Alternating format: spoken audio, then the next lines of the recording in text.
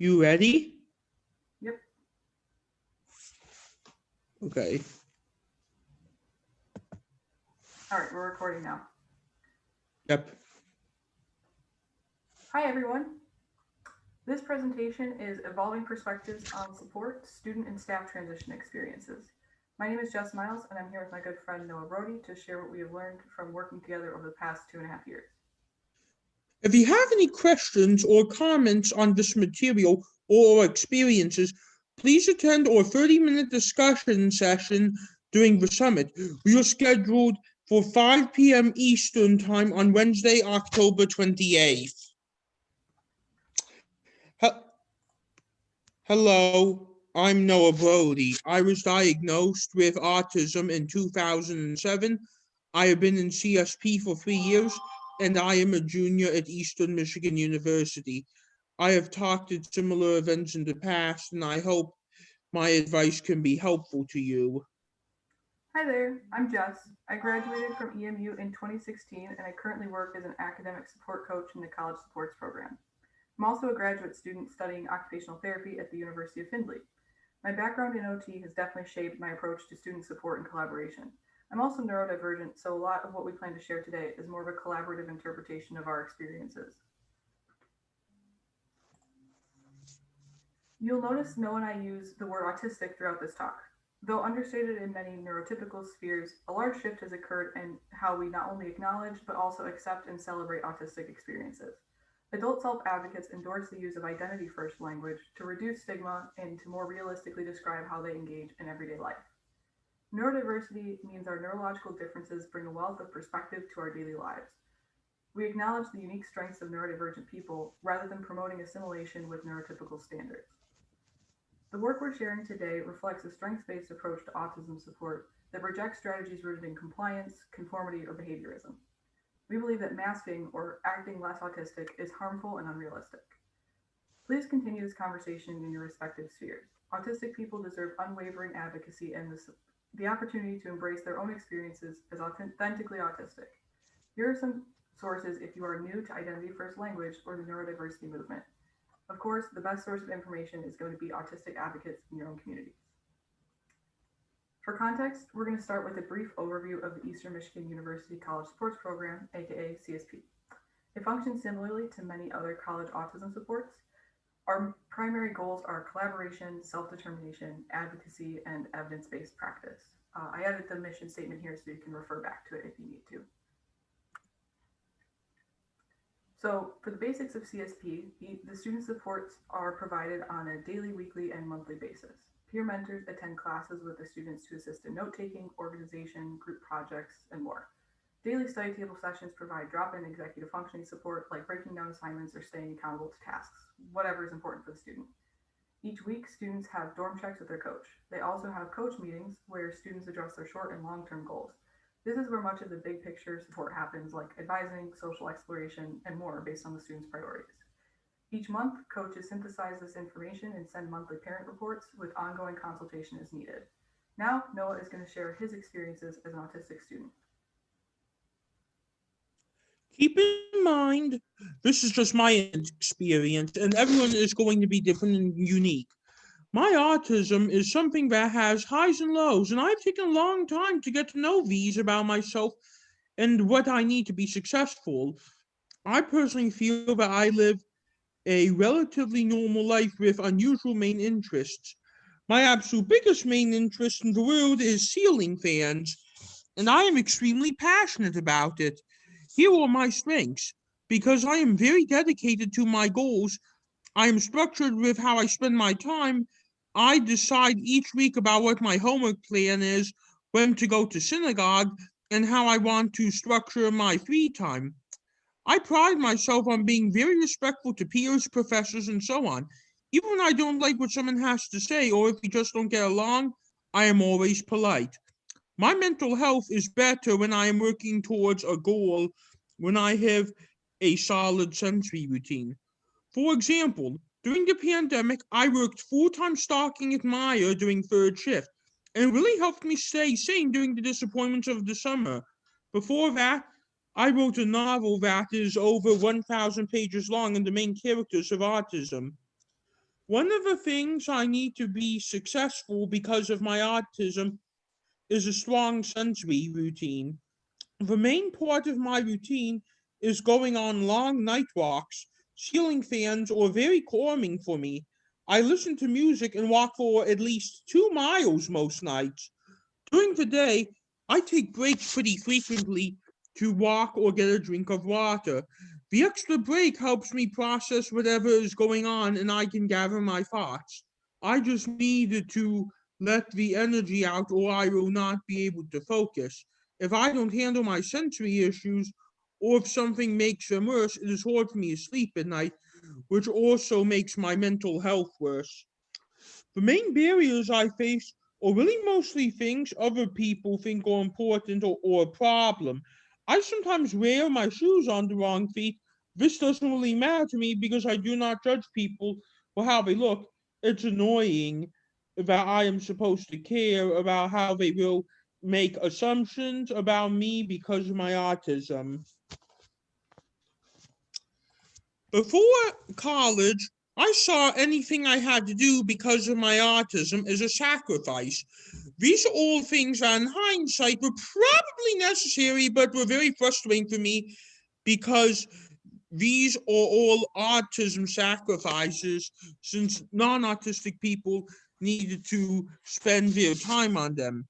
Sometimes my behavior was worse than it probably needed to be just because I found it so insulting to be treated so differently than people my age who weren't autistic. It also felt like it was a punishment I was receiving because I did something wrong or something was wrong with me. The thing that has always upset me is when I feel adults are nagging me. Nagging is when I don't think something is important or if there's no good reason for me to do something because they will not bother me until I do it anyway. Fact is, I'm very aware of what expectations are, and I will do my best to be respectful and successful. Before coming to college, I was nagged a lot more, and that impacted my behavior a lot. There were definitely times since then where that has been an issue, but I think having more freedom helped me be more independent. If I didn't have autism, I wouldn't have to do these things, but I don't see CSP as an autism sacrifice, and here's why. Everything I do with CSP is on my own terms and it's about my own goals, like graduating and finding a strong Jewish community in Michigan. Just lets me send a meeting agenda so we can cover everything during our meetings, even though Jess is very close to my parents. She respects my privacy and asks for permission if there's anything she thinks they should know. It's been helpful for me to have better communication with my parents um without feeling like I'm giving up my independence that I have here in Ypsilanti. My mentors help the most with note taking because my handwriting is not good. They're also helpful if the professor has a thick accent. I know that I don't have the best reaction when someone tells me what I don't want to hear, especially if it is somewhat emotional in nature. I know if Jess wants me to do something that's probably important, even if it doesn't seem like it, and it would be for the best. This is basically because I know Jess does not really nag me. It's also fair because I know she has a job at the end of the day, and I don't want to make things more difficult than they need to be.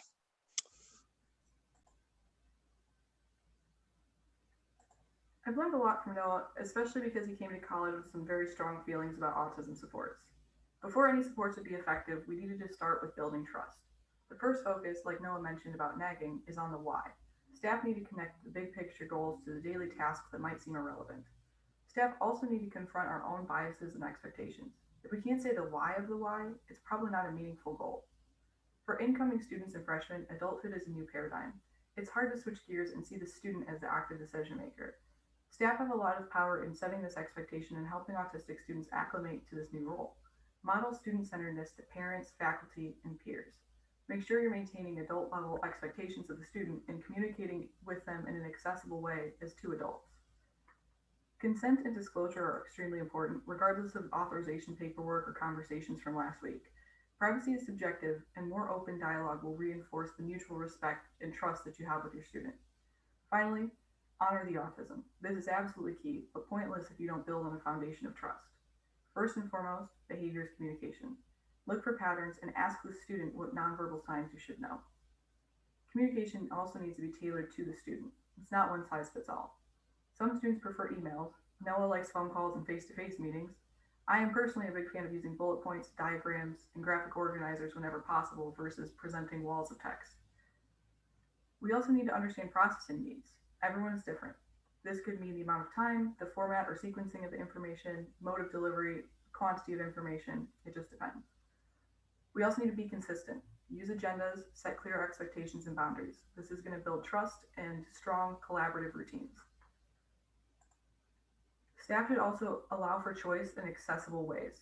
Don't overwhelm the student with choices and too many choices and open-ended questions, but you also don't want to oversimplify and reduce their ability to access full self-determination. We want to facilitate positive formation of autistic identity. Share your understanding of autism with the students. Allow them to explore their own experiences with a fuller understanding of sensory differences and executive functions. Use this as a tool to create specific coping strategies that are going to really benefit the student. Lastly, we need to grade expectations to the just right challenge. What's right for the student's independent living, sleep, exercise, and social engagement will be different than the staff member's idea of perfect life balance. Here are some transition strategies that Noah and I have found helpful. Changing an environment is really key because it means you're establishing totally new roles, habits, and routines. In order for structure to be sustainable, it has to come from the student themselves. We know that autistic students thrive with routine and structure, but that doesn't necessarily mean that it's imposed structure and routine. It's also really important to make sure you have clear expectations and that you're speaking the same language. You need to make sure that you have an overload plan. Both the staff member and the autistic student need to know what the triggers and warning signs are, as well as what self-regulation strategies work best. Sometimes students might not know. It's our job as staff to help them find out. It's more successful to add a new step to a familiar routine rather than trying to create a totally new one from scratch. You also want to have specific role definition between staff, student, and parents, especially at the planning stage of the transition from high school and the beginning of their first semester of college. This can be a helpful reference point for the student as well. Also, make sure you're helping students practice how they're going to advocate for themselves when it comes to communication preferences. Make sure you are asking for their feedback about what is working and what they want you to change. This keeps communication open and centers the student in the support process. To put this all into context, we thought it would be best to include a real-world example of how this worked for us. In order to be successful in the transition process, you have to build rapport first. As a staff member or coach, you must be willing to invest your own time and energy with clear boundaries to demonstrate respect. Be patient, be consistent. It takes a long time to make this connection. Once trust and respect are established, you can start to have clearer conversations about what is actually meaningful to the student. Then you can investigate what tools and supports work best for them. This is where skill building can occur. If you maintain open communication, transparent expectations, and continuously seek out feedback from one another, you'll have a successful partnership. If we had tried to tackle Noah's dorm beyond just safety and survival during his first semester, we would not have had a foundation of trust. Noah had enough on his plate in September of 2018. It wasn't that Noah didn't want to have a clean room. There were some fundamental skills that needed to be addressed in the context of his room in order to find a sustainable solution. I used my foundational knowledge of activity analysis from OT and found that Noah was struggling with things like visually scanning his room, monitoring his performance for completion, and sequencing his tasks effectively. At the break between the fall 2018 and winter 2019 semesters, Noah's room was disorganized and very haphazard. It was more of a storage unit between classes than a functional living space, as you can see from these photos. We spent a few days totally overhauling it at the beginning of the winter 2019 semester. Noah walked me through his personal routines and habits of daily living. We organized based on those needs and put down a tape outline so he would know where things belong. The photos you see here were actually printed and fixed to that area of the room as the reference point. We focused on 1 to 2 tasks per dorm check rather than the outcome of a clean room. As you can see here, it's not perfect, but it's perfect for Noah and it's totally independent. These photos were taken over a year later after an entire move out, move in season. Here we see that he's mastered all of those prerequisite skills to properly clear his floor and organize his belongings based on their utility. It's been hard to generalize this to his room in Columbus, but he's back on in the solid routine for virtual dorm checks in a new building this year. This is a good example of how environment influences routines. By developing goals that are meaningful and having a strong relationship based on trust and respect, Noah and I have found the perfect formula for tackling whatever opportunities college is going to present him. Thank you for taking the time to watch our presentation. As Noah stated earlier, we look forward to speaking with you during the conference on Wednesday, October 28th at 5 p.m. Eastern Time. Please feel free to get in touch if you have any questions. Enjoy the conference.